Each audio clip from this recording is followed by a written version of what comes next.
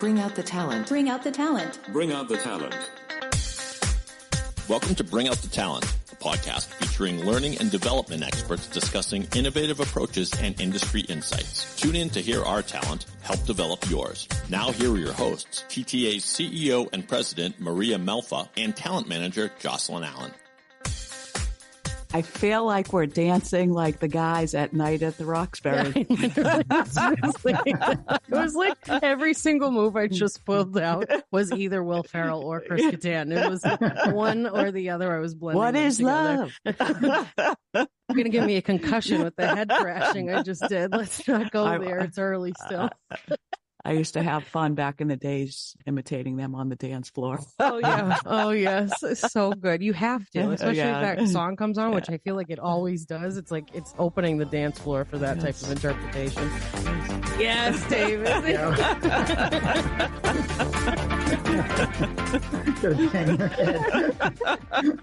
So good. So good. So I'm very excited about today's topic because I believe it's something that we all struggle with. According to recent studies, a staggering 70% of employees report struggling with work-life balance. This statistic highlights the pressing need for leaders to address this issue and create a supportive environment for their teams. In this episode of Bring Out the Talent, we discuss effective strategies to help leaders navigate this delicate balance between work and personal life with our guest and our long-term friend, Phil Cicio. Phil is a certified high-performance coach with over 20 years of experience working with both small and Fortune 500 companies and everything in between. Phil brings his expertise to shed light on the challenges and opportunities associated with work-life balance. We will explore practical strategies that leaders can implement to foster a healthy and more harmonious, I like that word, harmonious, integration of work and personal life, because achieving work-life balance is not solely an individual pursuit, but a collective effort that starts with leaders. Welcome, Phil. Thank you so much. Appreciate you having me. To say we are excited is an understatement, my friend. I think that this is a long time coming, not only because of how fabulous you are and working with you has been an amazing experience, but like Maria said, this subject matter is so important.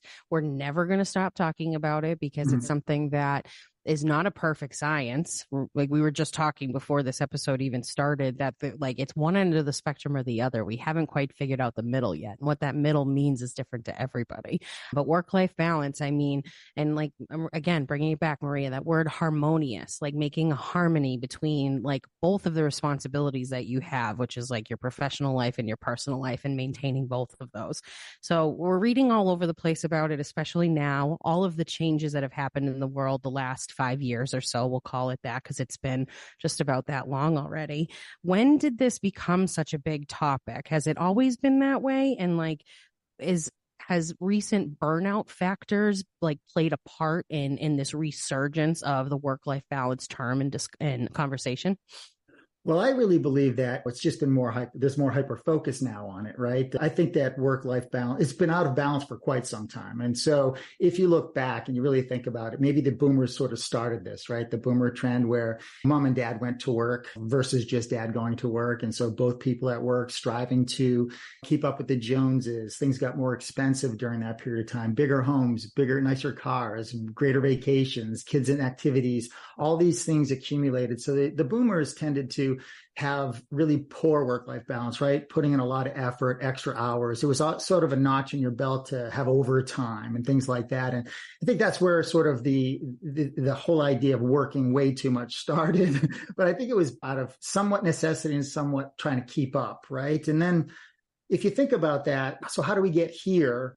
The children of those boomers, right? The Gen Xers were coming home. No one was home, right? They're on their own to do their own thing. And when you think about a child coming home and doing their own thing, it was probably fun when they were kids. But as they grew up and they began to have children, they realized, hey, that really wasn't a good thing. Like kids shouldn't be coming home without a parent in the home. Parents should be involved more. They should be helping their kids with their homework. And they wanted to be more of a part of it. And I think that's where at least the mindset shift happened with just people in the workplace now saying, I need to spend more time with my children. I didn't get that when I was a child. And now those parents have grown up, they're having kids, and we've got now the Gen Y generation, and they're really hyper-focused on this. And it's like, you know what? I need more time. I want to have purpose in life. I want to work and I want to do things, but I don't want to give up. What's really important to me is this. Not only my social life, but my family life, my health, my love life, my experiences in life. And so it's been a gradual sort of shift towards this, but it's hyper-focused now. And I think much of it, because of the pandemic, especially people working from home and now blending work at home. Imagine being at home working and then you log off and you're still at work because your home is your work. So I think it's become a much bigger and greater, there's a bigger and greater need for awareness about this because of how much people are sort of blending their work and their personal life into one. Yeah, you make a very good point, because I feel like the scales the scales are shifting again, because it was really exciting to be able to blend the two and start to create a little bit of a balance between work and life, because you could do your work really from anywhere in your life. But like you said, like now it's starting to cross over the threshold where you're like, what is home exactly? Yeah. and creating even that balance and figuring out the tactics and the mindset that allows you to do that regardless of what kind of professional situation or work environment works for you, based on creating that balance. It's been a tough one, I think. I see both sides of it, because there are days and weeks where one is better than the other, but it's hard to figure it out and understand, like, where do you begin? Yeah, when you log off of work, if you're working from home, and many people are doing some hybrid or still working from home, and you log off and you're still at your kitchen table, right? There's always that sort of thought, oh, I could go check. Yeah, you hear the notifications, or you're going to check another email, and it's hard to disconnect. The thing about work-life balance that I think that some people, there's maybe a misconception about, is that we need to have a balance of time that we spend at work. People say, I work way too much. And we need to kind of balance that out with how much time I'm spending in my personal life and trying to kind of balance the hours. But ultimately, we're awake essentially 16 hours a day. If you get 8 hours of sleep a day, let's just say, if those that do. And 8 hours, 10 hours, 12 hours are working. And so we could be spending half or more of our waking hours during the week working. And so it's unrealistic to say, well, I need to have an even amount of time at home as I do at work, right? And I think this is where people get stressed out. And so my thought around this, and for me, it's really important, because I had really bad work-life balance to the point where I ended up in the hospital for a week. And so because of just so much pressure and anxiety on me. And so this is near and dear to me. I was trying to put as many hours as I could at work and put as many hours as I could at home. And it's just unrealistic. What I realized after that episode and changing my life a bit here was, what was important was to make sure that I'm adding value at work. I'm contributing at work. Okay. I'm achieving at work, and I'm putting in maximum effort there. Okay. Of course, I need to be happy at work too, right? So there has to be some sense of satisfaction in the work that I'm doing, a sense of purpose and meaning in the work that I'm doing. I go home at night or log off and say I made a difference. So those things are important. And all that effort and all that achievement now gets balanced out with how much I enjoy not being at work, right? The things that I do outside of work. Now, there won't be as much time outside of work, but am I truly present in the moment when I'm with my family? Am I really there, or am I grabbing my device and checking emails, right? Am I still thinking about the presentation I have to do tomorrow, or am I present in the moment? So if I'm working out, am I working out, or am I thinking about work as I'm on the treadmill, if you will, right? If I'm with my loved ones, if I'm doing a sport, what am I thinking about? Am I present in the moment? So the quality of that time that I'm trying to enjoy, okay, is more important than how much time I'm spending there, because there's no way I'm going to spend more time in enjoyment as I am in achievements, okay, at work and contribution at work. I'm always going to put, especially for those people that are high performers and want to excel in their role and want to get to the next level, they're going to put in extra effort. And so is there a good balance between the effort, the contribution, the value that I'm contributing at work, and the enjoyment that I'm experiencing when I'm not at work? And can I be present there? If we can balance those out, it can really be a wonderful life. And this is what I've experienced now in my life, where it was completely the other way around, because I was trying to manage hours rather than enjoyment and achievement. And if managers and leaders could focus more on that, productivity, contribution, adding value versus hours, and shift their mindset, right, then I think that would be easier for them to embrace the idea of work-life balance. And I think it's just a matter of conditioning. Managers have been brought up in an environment, especially if you go back through generations, where you walk uphill both ways in the snow, right? That whole mentality, right? And you put in the extra effort and you work long hours and you get there first and you leave last. Those days are over. That's not a healthy way to consistently work at a high level and be productive. The highest performers are the ones that do breathe once in a while. They're not the ones that are grinding it out. Grinding it out and causing stress in your life is bad for decision making. It's bad for engaging others. I mean, we have to have some more breathing room and enjoyment in our life. And one other challenge I think that people find is, I enjoy my work. You do too, right, Jocelyn? I know Maria does. And so now we take the enjoyment of work and the achievement of work, and then we bring it all there. I enjoy my work, so I'm spending so much time here because I enjoy it. We want to enjoy work, but not at the cost of other things like our family and our life and our health and other things that are important to us. And I think we just got to be thinking from that perspective, not hours, but contribution, enjoyment, right? That's really what we need to be balancing out. So for many organizations, it is a challenge for them to figure out what is the right balance between ensuring productivity, making sure they're meeting goals, and allowing their team to have a healthy work-life balance. Where do they begin?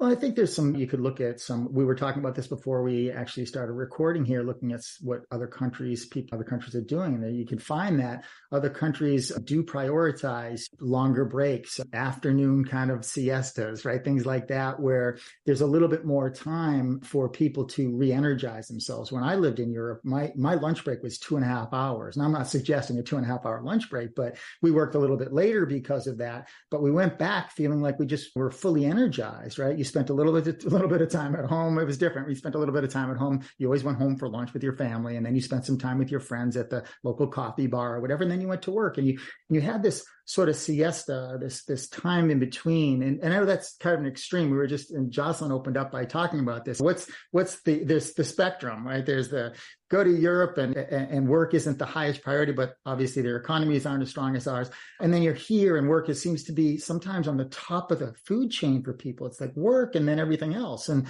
so there's got to be a balance. And so I think organizations can focus more on making sure people are taking their breaks and not grinding it out for long hours. They're telling people, hey, it's time to go home, right? Set these times. And not every day, right? I mean, some days you're going to work longer hours, but there should be some set times where, hey, it's time for you to go home and get some rest and be with your family, right? And things like that. Because there's a loss of productivity when people are grinding. It seems like they're putting in more hours and pushing really hard is actually more productive, but many studies have shown that it's not, right? Because you're actually slowing down the thinking process decision. You make mistakes, you become less efficient. So ways that they could do this is, I think, encouraging breaks, encouraging time off, encouraging parents, sort of different policies for, your environment. For instance, I don't know what every employer's vacation or time off policy is, but does a manager make you feel bad when you took personal time off? Does a manager make you feel bad when you just say, I need more work-life balance, right? So there's got to be some understanding of what it means, but also some real policies put in place and strategies put in place to help people be focused on a healthier lifestyle, be focused on doing fun things even at work or after work, having fun committees, doing things like that. I think many leaders could do a better job with making some of the work environment more fun, but also allowing people to have some freedom and flexibility in their hours, right? So if we're focused on productivity and getting things done, and we're no longer focused on working from 9 to 5, right? Then a person can work from maybe 11 to 7, right? Because they're doing something in the morning, as long as they're getting their work done. I like to focus on, did you meet your deadline? Were you productive? Did you get your things? When you're doing it isn't that important to me, as long as you're meeting your deadlines and things like that. And I think having that kind of flexibility in certain environments, I know we can't do that in every environment, can make people happier, and happier employees are more engaged employees, right? Happier people, whistle while you work, are more engaged. And if they're happier or more satisfied, satisfaction produces engagement and contribution. And so how can you make your people more satisfied? Encourage time off, encourage work-life balance, encourage fun activities, encourage health and wellness, all of those things that are talked about, especially during an interview, right? When you're recruiting people, oh yeah, we're really focused on health and wellness and work-life balance. And then are you really implementing it, right? So many of the organizations are probably promoting this in their interview. They probably have an idea of what they want to do, but then, people start grinding it out, and do they actually push them towards it? That's what we have to really look at.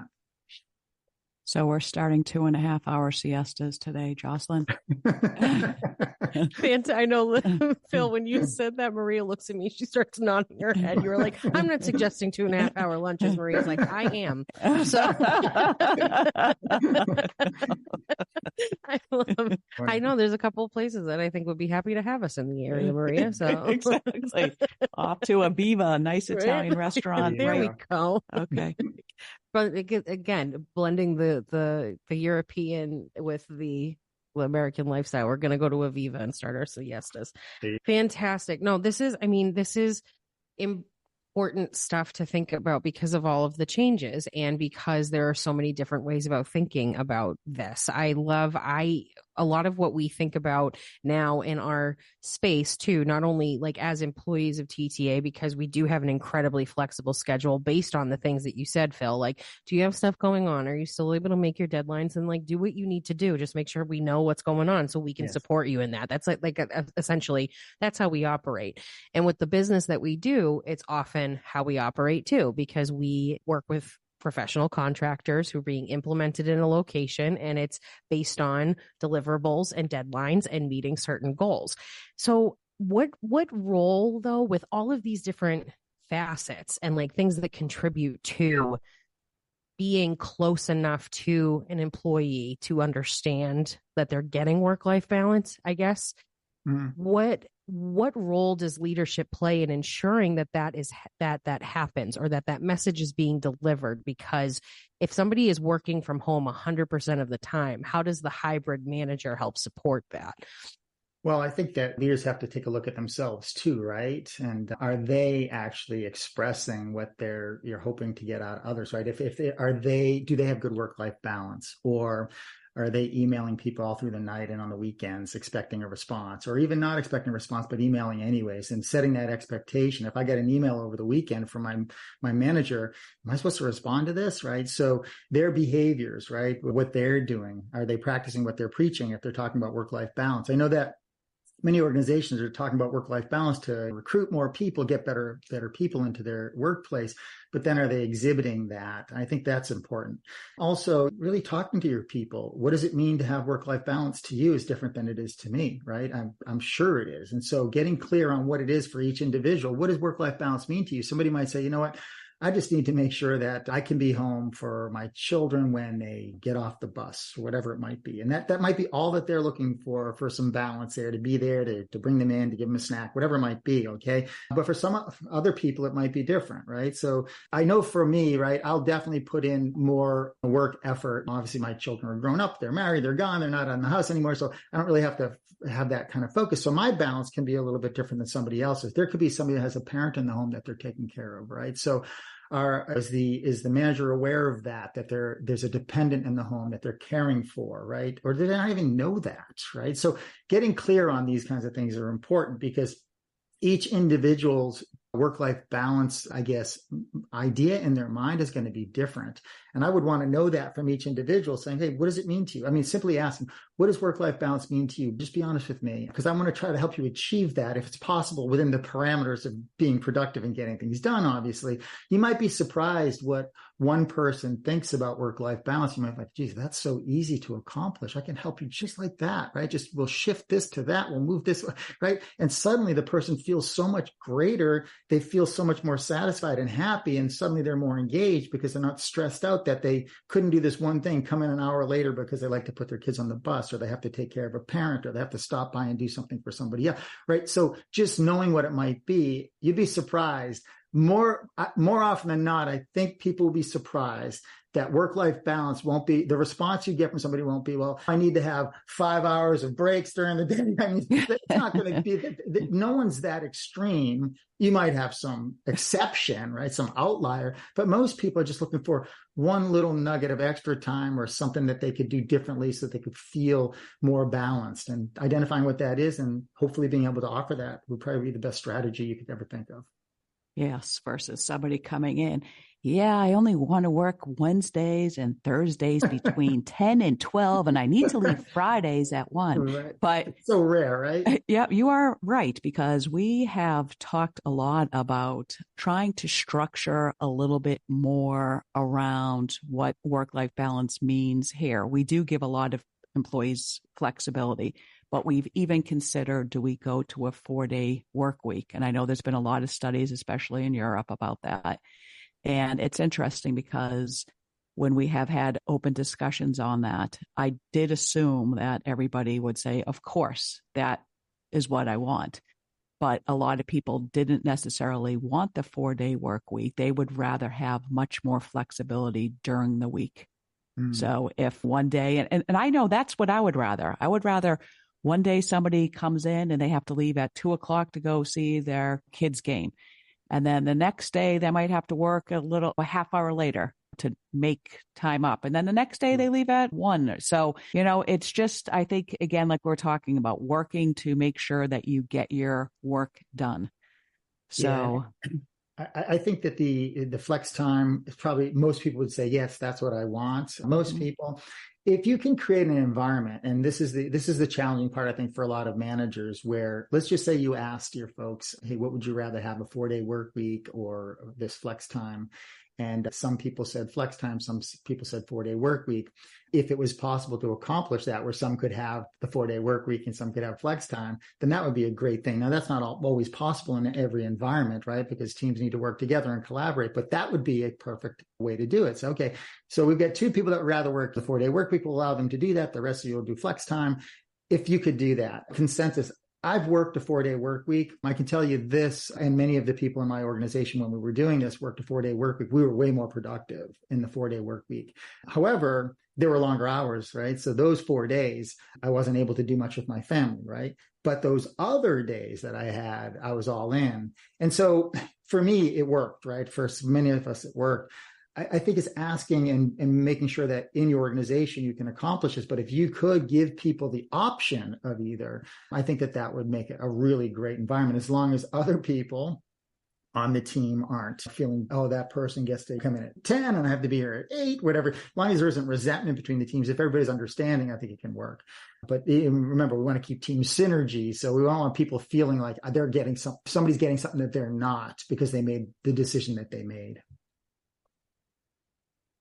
I agree. I and with both things that you both said, because I think that there would be some weeks that I would want like a 4-day work week, and then other times where I'm like, I just need to operate the way that I need to operate. At this point, I think that I'd like to think that I have it figured out, especially to a point where if it's not my normal, I know how to accommodate it and balance it out. And then I automatically have that energy kind of going into the weekends to be like, okay, I invested all of this and feel very accomplished and got a lot of stuff done by putting my head down and making sure things were done, that now I'm really ready to enjoy all of this and put every single part of myself into the other half of my being, which is the life part of it. Yeah. How does that, I mean, you just touched on it where you said you and your team were a lot more productive when you had that 4-day work week figured out. So how does having that balance and allowing that accommodation really affect employee engagement and overall job satisfaction? What have you seen from your trainings and putting these things into place? Yeah, well, what I found is if you want to have the most contribution, look, what leaders want from their people, their team, is maximum contribution, right? They want people to contribute as much as possible in order to achieve their goals, right? So for an organization to achieve its goals, financial goals, whatever it might be, people need to contribute. And a leader has to understand, for somebody to want to contribute, if somebody really is going to contribute to the maximum, give it all that they've got, the only way they're going to do that if they have a sense of satisfaction.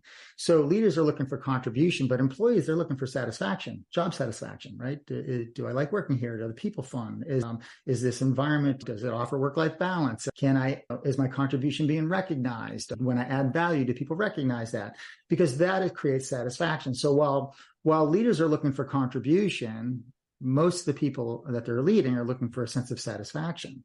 So if you can create satisfaction for those people, right, making sure that they're in the right job role, basically the right seat of the bus, making sure that they're happy and they have, whether it's flex time or whatever it is that they feel that work-life balance is, they're going to be happier, more satisfied. Satisfied employees contribute more because satisfied employees are more engaged, okay? So if you have somebody who is not satisfied, they're going to be less engaged and less likely to contribute. And so we need to make sure that our focus is, what is it going to take to satisfy Jocelyn? So I would sit with you, Jocelyn. I would ask you, hey, what does work-life balance mean to you? What makes you satisfied at work, right? And you might say, well, Phil, you know what? I really like to work with people and collaborate all the time. And you keep me in this cubicle all day long looking at a screen, and it just doesn't give me a sense of satisfaction. I love to be able to collaborate and work with teams and be with people. And I realize that I've got this exceptional employee just in the wrong role, or, you know what I mean? Maybe on the right bus, if you will, right? But on the wrong seat of the bus. And I need to change your seat to create more satisfaction for you so that you'll contribute more, because I'm looking for contribution. You're looking for satisfaction. I think that many managers miss the mark on that. They're looking for contribution. They think that they're just going to get it by putting a person in a position saying you need to produce, but that person is going to produce at a higher level if they're whistling while they're working, right? And I think that's a key component to it. I love that. So what about helping people disconnect? Because like you said, we're looking for contribution here. And so I want you to kind of give me the output for your input. When it comes to engagement, creating that, the other side of it is completely disengaging and signing off and removing yourself, and therefore the balance comes in. So how do leaders encourage that without sacrificing kind of like the message that they're trying to deliver about hard work and effort, and then playing just as hard as you work, I guess, is what it comes down to. Yeah. Well, I think, first of all, leaders have to disconnect too, right? I find that many leaders are just, they're putting in a lot of work effort, whether it's they're managing or they own the company or whatever it might be. And they're putting a lot of effort, and the message that they're sending is, this is how you should work. You need to meet these expectations. And I think making it clear to your people that, or at least behaving in such a way that's conducive to what you're trying to get them to do, have more work-life balance, is important. But, leaders have to disconnect too, right? And share that they've disconnected. You share that they spent the weekend doing something fun, right? Things like that. I mean, as a leader, I'm a pretty open leader, and I like to share my life story with people. And so for me, it's really easy to let people know, look, I'm enjoying my life, right? I'm very productive. I work really, really hard. I get it done. I meet the deadlines, but I also am enjoying life. And I know that that's important. And I want you to as well. I've had leaders ask people, hey, what are your goals? I remember I was working with an organization up in Vermont, and the sales team, I was working with a sales team. And the owner says to me, I don't know, everybody seems like not that motivated and things like that. And I said, well, what are their goals? And he looked over at a big whiteboard. He said, they're right there. There's their goals. I said, no, those are your goals for them, right? Or those are their goals that they think you want them to achieve, right? Those numbers, that's your goals for them, or their interpretation of your goals for them. I said, what are their actual goals? And he said, I don't know what you mean. I said, what are their personal goals? What are they striving for? Why are they here? What are they working towards, right? Are they working towards a different position here? Are they just trying to put their children through college? Are they trying to, what is their ultimate goal for being here? And he never really thought of that. So he sat and met with everybody, which I thought was interesting, and asked them, hey, what are your goals? And some people probably shared some maybe work-life balance type goals, and some people shared some things that they were striving for, whether it was to take a trip someplace or to buy a fishing boat was one of them, to just give you an example. And it was interesting, this leader, what he did, I thought was pretty amazing. He and his wife went out over the weekend, one weekend, and found either really high-end artwork, prints, pictures, photographs of some of the ideas or the goals that these people had, and they had them framed and matted and then put them in everyone's office during that following weekend. And when people came in on Monday, they saw these images of what they wanted in their workspace. And they asked the owner, "What's this?" He goes, "Well, I just want to be reminded every time I come into this office that that's your goal, and I want to help you achieve it. And I want you to remember your goal too." And so he really got intimate with understanding what his people wanted, and therefore was striving to help them achieve that. Now, you have to remember, if you're going to behave in such a way that you're completely focused on other people, right? Then it can't just be you put the picture up there and you're done, metaphorically, right? Now you have to make sure that you're encouraging that every day, right? So when it comes to, you mentioned, how do we make sure that they're still getting things done and being productive when we're striving to get them to be home more or do more things? I can tell you this. When people have more time to re-energize and recharge the batteries and have a really fulfilling personal life, and they're not grinding it out all weekend working and answering emails, they come to work and they're more productive. They're more productive because they're happier, more satisfied, more energized, and not so stressed out. If people are working late into the evening and on the weekends, you might feel like, hey, they're grinding it out, they're putting more effort in and all that, and they might be, but they're not as efficient, which makes them less productive and ultimately makes them less happy and more stressed. And then bad decisions are made. And when bad decisions are made, things break. And when things break, it takes longer to fix those things. And so I don't want to be fixing things. I want to make sure things don't break. And I need people that are relaxed and feel good and satisfied and happy at work with a sense of a fully charged battery every time they come in order to make sure that it's a very efficient workplace. And I think that a leader's responsibility, a huge responsibility, is making sure that that's what they accomplish with their people. I love that example that you just shared, how you work with that company in Vermont. Are there any other ones that you would like to mention? So other organizations that I work with, that when we're focusing on work-life balance, many of them really their main focus has been to lead by example. So taking initiatives at the management level to make sure that they're living their work-life balance and then sharing that, right? So look, people believe what they see and hear and they read, right? But if they don't see, hear, and read it, they've got nothing to believe. So when your initiative at the leadership level is, hey, let's really behave and share these behaviors that we want our people to express, right? So let's have better work-life balance ourselves. How can we do that? Right now, it may not be the work-life balance that everybody is striving for in your organization, but it's your personal work-life balance. What does that mean to me as a leader? And so if a leader expresses that, okay, for me, it means that, you know what, on weekends, it's my weekend, right? You can email me all you want. I'm not responding. I'll get back to you Monday, right? And then they actually behave that way and they do that. And then they come in on a Monday and they respond to all their emails. And at the first meeting, they talk about how wonderful their weekend was and how fully present and engaged they're with their family. And they're doing this, they're leading by example. And when people see that, they tend to follow the leader, right? But if the leader all weekend is firing off emails and saying, hey, you don't have to respond, but right, then people will think that they have to respond. And so we have to be really careful. Again, reconsidering time off policies, increasing support for people that are dealing with children or elderly parents in the home. And again, it goes back to focusing on productivity over hours worked, right? And so every organization has their own, I think, initiatives that they put into place. But I think that the ones that focus mostly on their people and say, okay, what can I do to make sure that your life is better, not just your work life, but your personal life is better, those are the ones that are going to have the happiest employees. I worked for a company for over 21 years before the company was bought out. We were an employee-owned company, and our leadership, they really were focused on making sure that, and this is way before work-life balance was even talked about, that we had good work-life balance. I mean, I remember the president of the company coming down to my office saying, you need to get out of here, right? You need to go home, right? And if I popped in on a weekend, right, just to check in, he would be really disappointed that I would do that. He goes, look, this place isn't going to fall apart.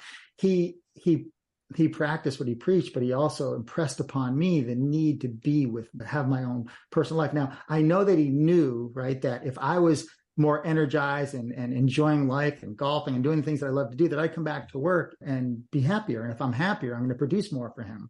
And so satisfaction produces contribution. Satisfaction produces engagement. And if I'm dissatisfied, I'm unlikely to contribute as much as I have. I'm going to probably just come in and trade my time for money and benefits, right? So how much time do I need to put in to make sure I still get paid? Because I'm not satisfied here, right? I don't want people working like that. I want people to come in and say, how much can I contribute in value? How much value can I add? And the money should be a byproduct of that. And that's only going to happen if a person feels like they're satisfied in their job and they have a good work-life balance and they're healthy and they're happy and they're enjoying their life, right? Coming in and being able to talk about it. It's not going to happen if people are grinding it out day in and day out. It's just not going to happen. Those days are over. Yeah, I totally agree. I know we certainly have worked on some initiatives, and in general, we do have a very happy and fun environment. So it starts off with that. And we want to make sure that people are not taking themselves too seriously, that we're not so stressed out. So I think that certainly helps. I know we have won best places to work for the last many years, and we've had about 96% in the highly engaged category. And I think a lot of that has to do with having fun, being able to respect the work-life balance. One policy we implemented many years ago is fun days. Mm-hmm. And what it is I was thinking that kind of what you were saying earlier, Phil, that people would always feel bad about taking days off, right? Or even taking sick days off. Mm-hmm. So fun days, basically that it's a spontaneous day off where you don't have to plan. I mean, obviously you have to make sure that somebody else can fill in for you, which we have no problem doing that. If you wake up one day and it's beautiful out and you want to go to the beach, you call up and say, you know what, I'm taking a fun day today. Mm-hmm. So it just kind of changes the whole idea of, not feeling guilty about, again, taking a day off.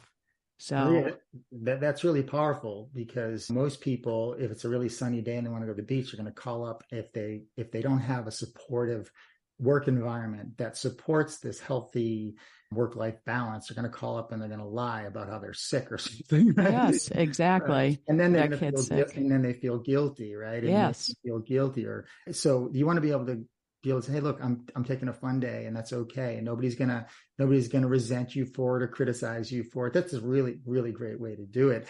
Honestly, congratulations on this achievement of best places to work and this 96% engagement. Rarely fully engaged, rarely higher than 30% for most organizations, right? So that's quite an accomplishment. Yes. And it's people understanding, like having your outings and things like that, where people can socialize and recognize you're not just the manager or the production manager or the accounting person, or you're Phil and Jocelyn and Maria and Sue, and right. And so we're people. And when people connect at that personal level and go out back and throw a Frisbee around metaphorically and just have a little bit of fun every once in a while, it can be really, it can just make people feel like they're part of something different and special. You took the words right out of my mouth, Phil. Mm-hmm. Like, cause it like, that's the part of it for me is the relationships that we have. Like we are the definition of a team organization, because there is nothing that any of us do that doesn't include the participation of somebody else or another department. Like there's ultimate collaboration, growth mindset, and teamwork here.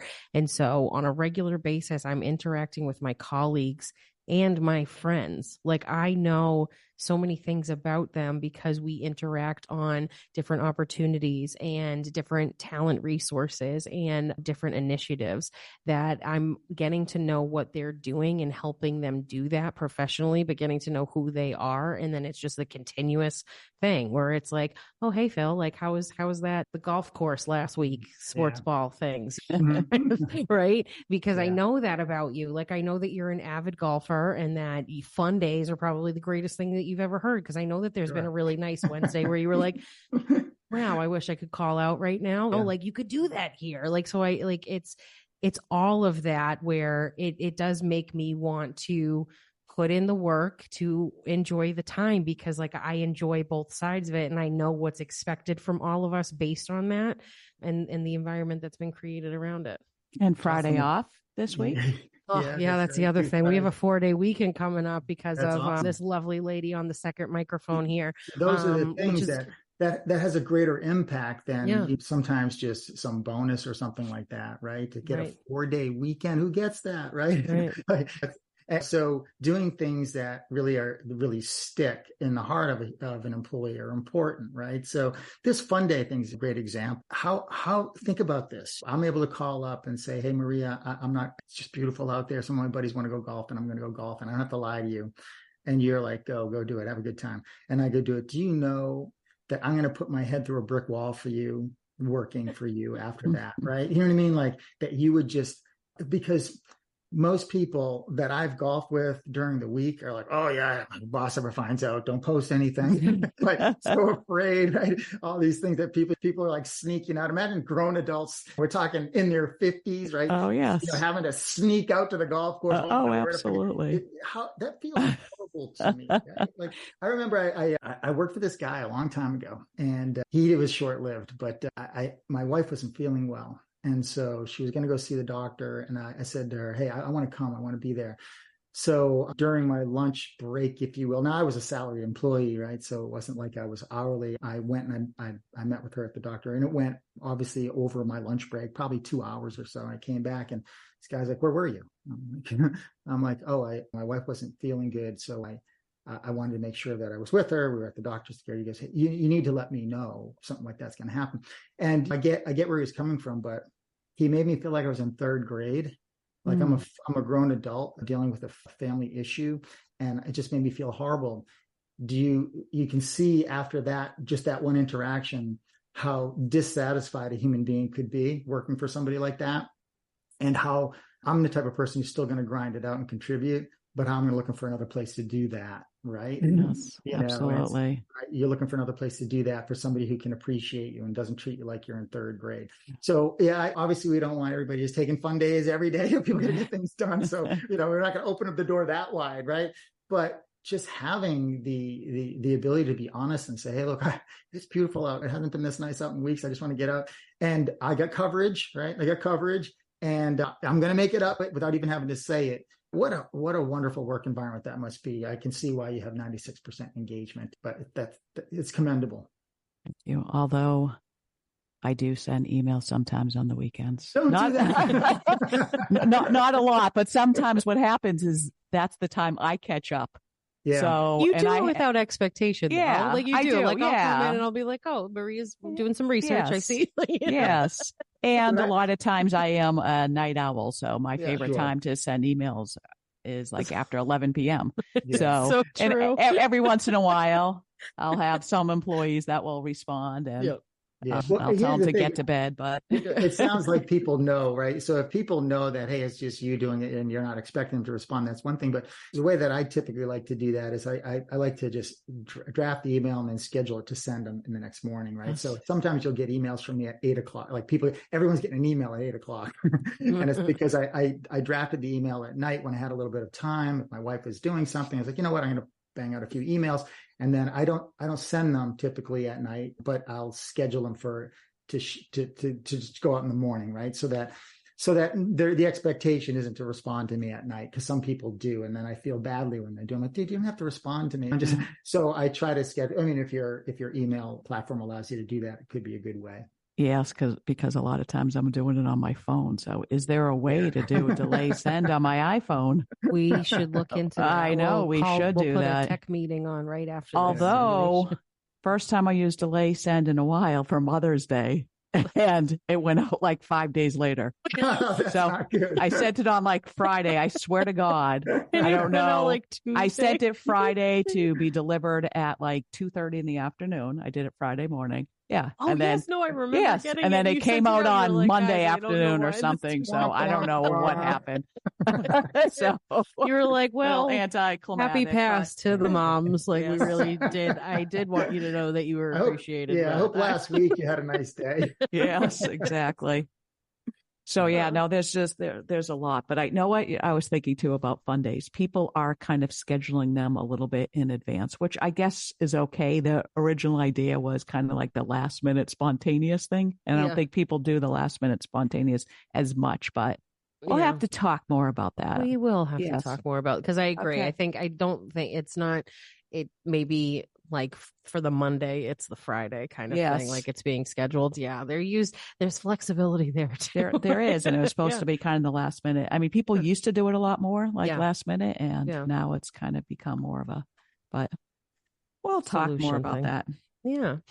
So, I mean, we're coming close to the end here, but would love to hear from you, Phil, kind of like the flip side of things and what sort of tools people can put into place to avoid this, because I'm sure that this has been nothing but like really good conversation around like the positive change that a work-life balance can create. But what are the consequences of not instilling that balance? And what is one tool that you can recommend somebody put into place kind of immediately to reinforce the idea as a leader that I want my team to have work-life balance?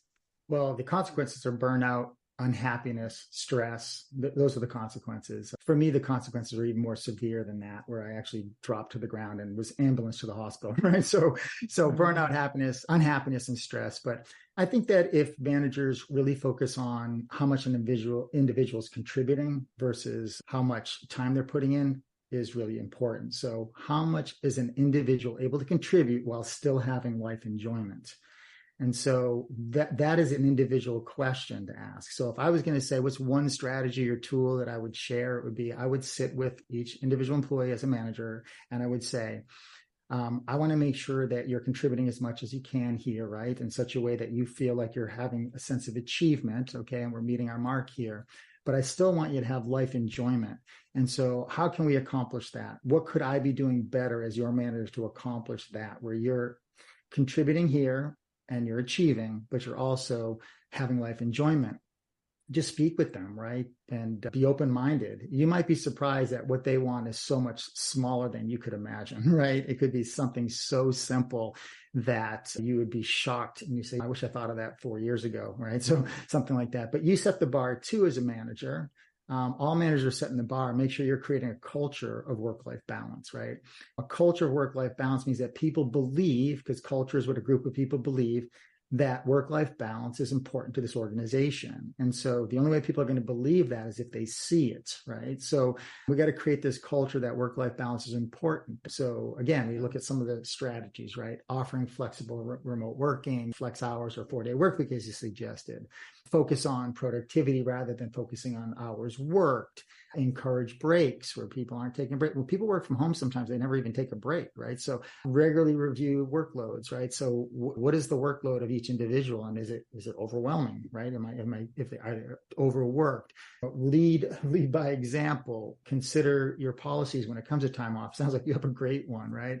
And then increase support for those that are taking care of parents or our parents too, right? That doesn't mean that people that aren't parents don't have some support, but there is a difference, right? If you're giving a fun day to everybody and somebody's using their fun day to take care of a parent, right? It may not be a fun day for them, but they're using that to take care of a parent. So we want to make sure that everybody's getting the same benefit. And then I'm going to drop that one tool, and it's your tool. Have a fun day. I mean, I think that's just an amazing way to tell your people that we're really serious about work-life balance, and we're offering this to you and we want you to take it. Some people don't even take their vacations, right? Make them mandatory.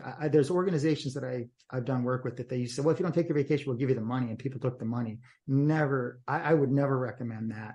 Make them take their vacation because it's so necessary for them to be the best version of themselves when they come back, rather than not taking vacation.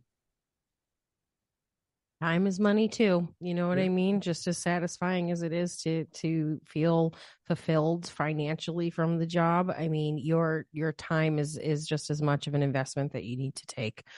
So here to that, Phil. Yeah. Great info. Mm-hmm.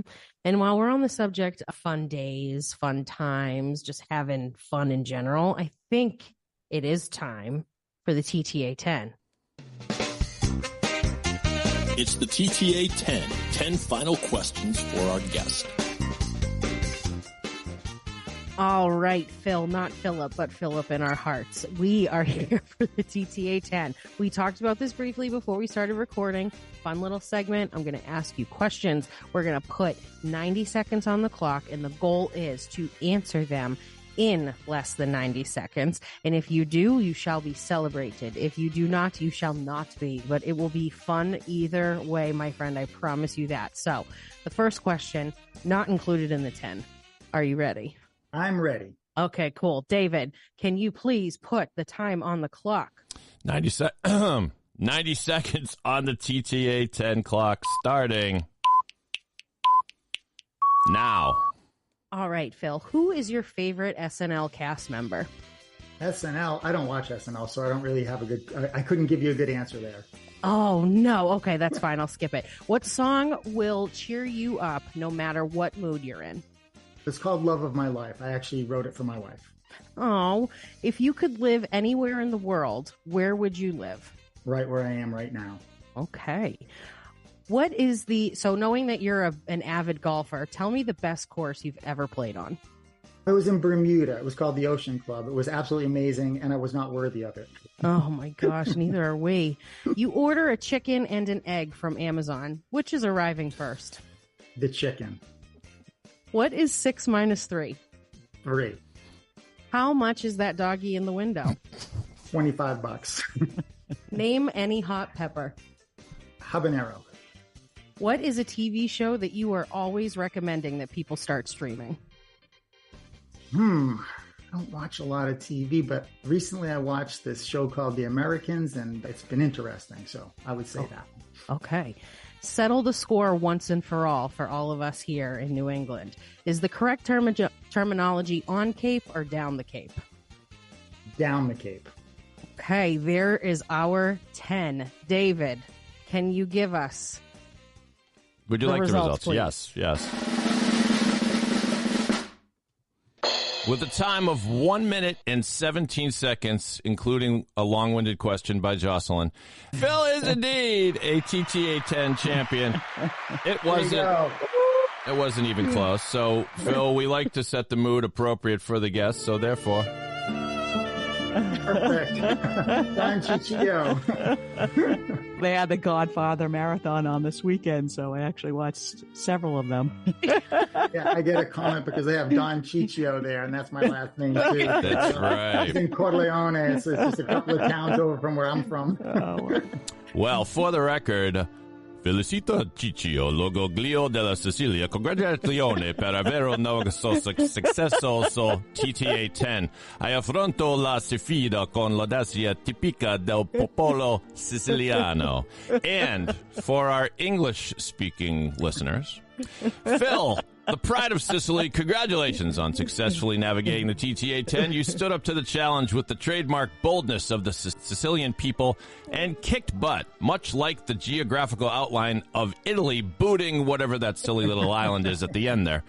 Part of your mission is to take mundane business topics and transform them into compelling life lessons. Today, you have shown us that you could take a can of Chef Boyardee beefaroni and transform it into a lovely garlic butter pasta with a little prosciutto in there. We vowed to go out and buy your book, Oil Rags to Riches, of course. And we know before long we'll be singing just like that famous Italian crooner. I'm talking, of course, about Carmine from Laverne and Shirley. You know I'd go from rags to riches. So, to celebrate Phil, pour the Chianti, pass the mozzarella, leave the gun, and take the cannoli. Congratulazioni, complimenti, and bravo, Phil. You are a TTA 10 champion. Thank you so much. Your Sicilian was very good, by the way. Oh, my gosh, David. Nice Impressive, unbelievable. my friend. Oh, my gosh. Phil, fantastic job, my friend. Thank you. It really was excellent. Great dialogue.